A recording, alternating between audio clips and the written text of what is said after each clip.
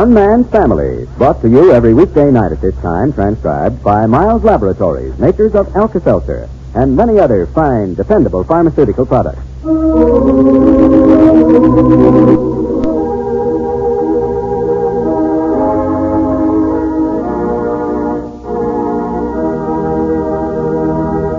Overheard between Father Barber and Paul in Paul's studio. Then you don't feel any concern over Teddy and Elwood?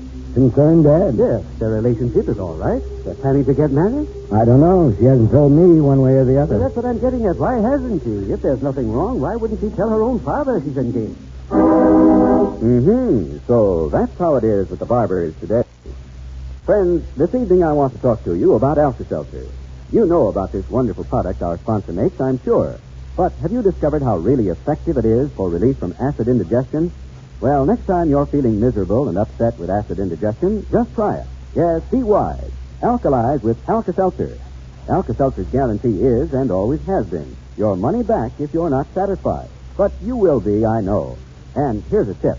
When late hours and late refreshments threaten to bring on acid indigestion, take Alka-Seltzer before you go to bed. Yes, before you go to bed. Alka-Seltzer will relieve your acid indigestion, and as a result, you'll sleep better, wake up feeling better the next morning.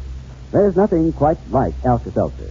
And if you've never taken it as first aid for relief from acid indigestion, you don't know what you're missing. Get a 30 or 60-cent size package of Alka-Seltzer from your drugstore. Remember, you must be pleased or your money back.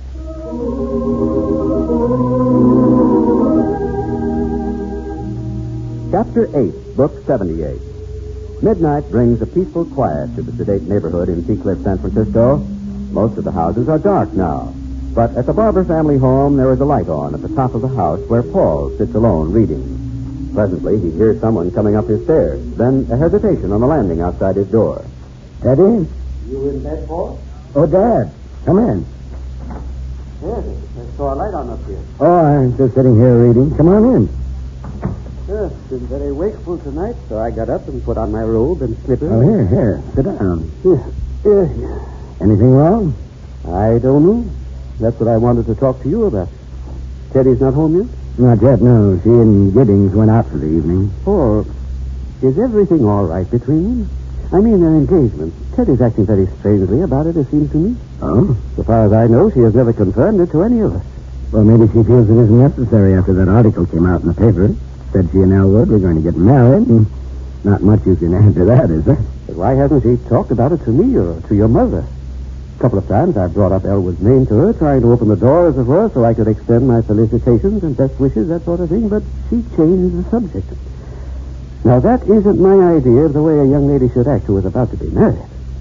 My experience has been that an engaged person, particularly a woman, can't talk about anything else. Yes, they're full of ecstasy over wedding plans, trousseaus, and... Well, you know about all that as well as I do. Well, Dad, Teddy's never been the giddy type or inclined to be over-enthusiastic. Yes, but she... And then, too, you must remember that she's had a lot of sobering experience these past few years. An army nurse sees a lot of life that isn't pretty. I realize all those things, Paul, and I'm also aware that Teddy is no longer young. Oh, I mean by that she is... Well, ordinarily, if she had led a conventional life, she would have been married some years ago, probably, eh? I suppose. Yes. Let's see, Teddy's getting on towards 30? Well, that seems very young to me. Yes. You yourself feel no concern about her and Elwood? Concern? Yes, the relationship is all right. They're planning to get married. I don't know. She hasn't told me one way or the other. But that's what I'm getting at, Paul. Why hasn't she? Now, does it seem quite normal that she wouldn't have mentioned something about her engagement to you, her own father? Haven't you been curious enough to ask her? Well, if I have been curious, I put a check on it. I know Teddy well enough to know that when she wants to talk about it, she will. Well, I suppose I can take some solace in the fact that you don't seem to be worried about the situation. Maybe it's just as your mother says, I'm inclined to borrow trouble. Better get back down to bed before she wakes up and starts looking for me. She didn't know you were making this midnight visit up here at the top of the house, huh? Stole up. Well, it was nice to have your company, Dad. Were you sitting up waiting for Teddy? Oh, no. I gave that up years ago. She and Elwood are staying out rather late. That in itself is a good sign, wouldn't you say? Wouldn't be going out together this way if there was trouble. Not likely. George, maybe all this fussing I've been doing and not being able to sleep was for nothing. Well, Hey, wait, I hear Teddy coming up the stairs now. Huh? Teddy? Well, hello. Oh, hello, Teddy. Have a good time tonight? Isn't this pretty late for you to be up, Father Barber? Oh, came up to visit with Paul a little. Just going to leave now. Oh, don't let me drive you out. No, but it is late. Has Elwood gone to his room? Uh-huh. It's good to sit down. You tired? Oh, little Paul. Yes. But you must have enjoyed the evening, you and Elwood, eh? It was very pleasant. Paul and I were discussing Elwood a bit ago. Fine, stable young man. Steady. Got a lot of character. The kind of man you can depend on, eh? Yes. Of course, it's none of my business, but I don't think you could find a better husband. Well, I'd better be getting back to my room. Yes, I'd like to catch Elwood before he gets to bed. Just to tell him good night, you know. Like to make him feel at home here. Good night, Teddy, my dear. Good night, Father Barber. Good night, Dan. Yes. Well, Father Barber's practically pushing me into marriage, isn't he? You don't like it? I don't think I do, no. That's one thing about you, Paul. I never feel that you're going to put pressure on me to do something I don't want to do. Is this something you don't want to do? Now, Elwood, I suppose you're wondering about that the way the rest of the family is. I've wanted to talk to you about it, Paul. The reason I haven't is because I don't know exactly what to tell you. Mm-hmm. What do you think of him? Is that going to influence your decision? Well, how could it help it? I trust your judgment more than any person in the world. You know that. And I couldn't marry somebody you disapproved of. Why not? Well, I just couldn't. And if I put my approval on Elwood, would you marry him then? Probably. It'd make a tremendous difference. Suppose you weren't here and he wasn't, but you were both still in Germany and you had to make up your mind without me. Then what would you do? I don't know. Maybe that's why I haven't married in all these years. Because you weren't there. Your judgment is so much sounder than mine. Not when it comes to selecting a husband, it isn't.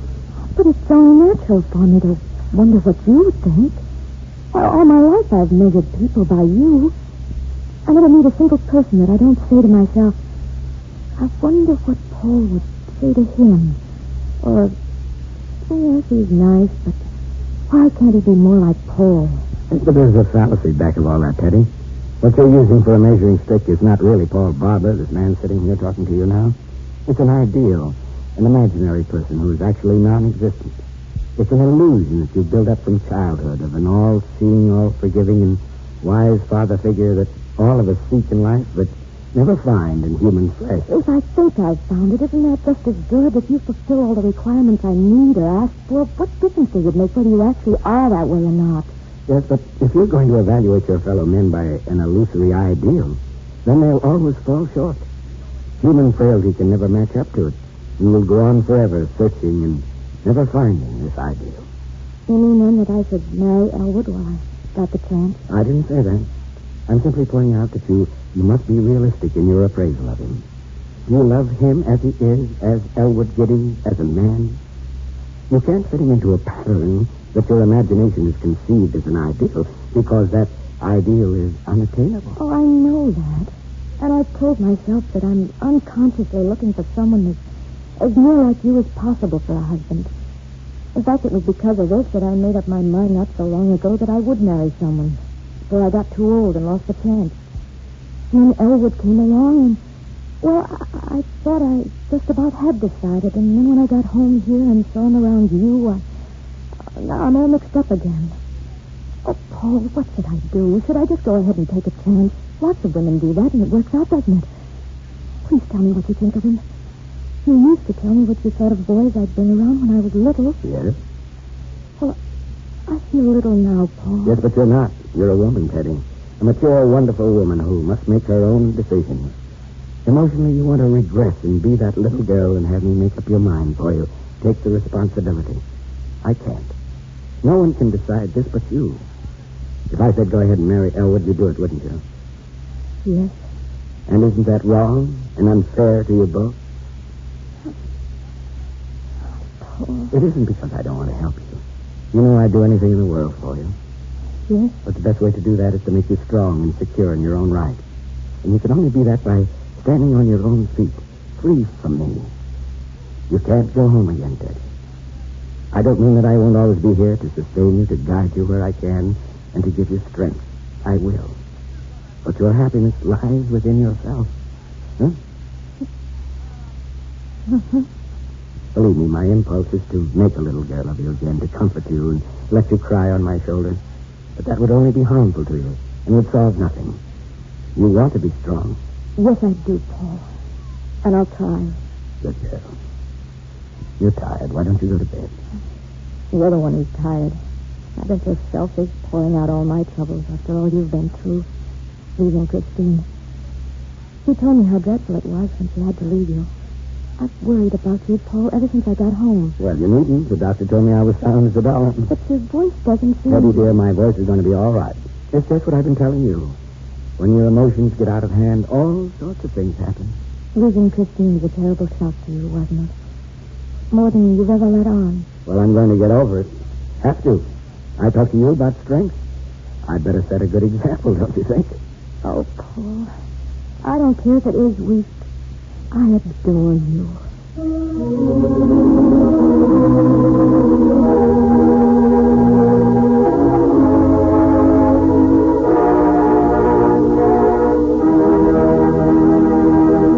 Paul will be back in just a moment.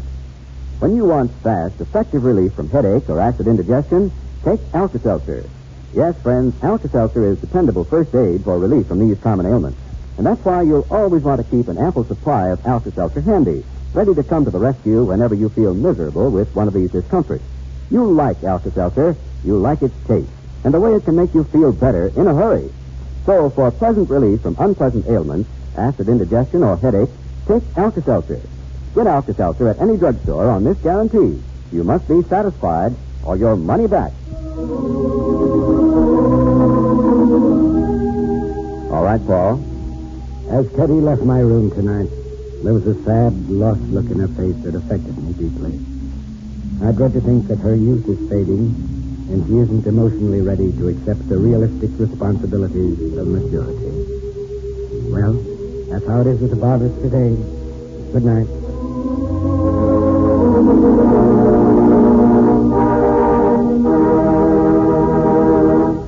Mothers, a one-a-day brand multiple vitamin capsule every day ensures against vitamin deficiency. Lack of vitamins pulls you down, makes you feel dull and listless, often develops into vitamin deficiency disease. Take care of yourself and your family. See that every member takes a one-a-day brand multiple vitamin capsule every day. Be sure it's a one-a-day brand in the blue package with the big one. The vitamins whose potency is guaranteed by the makers of Alka-Seltzer.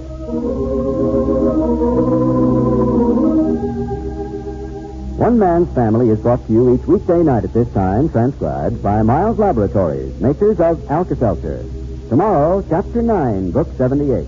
This is a Carlton E. Morse production, directed by Michael Raffetto.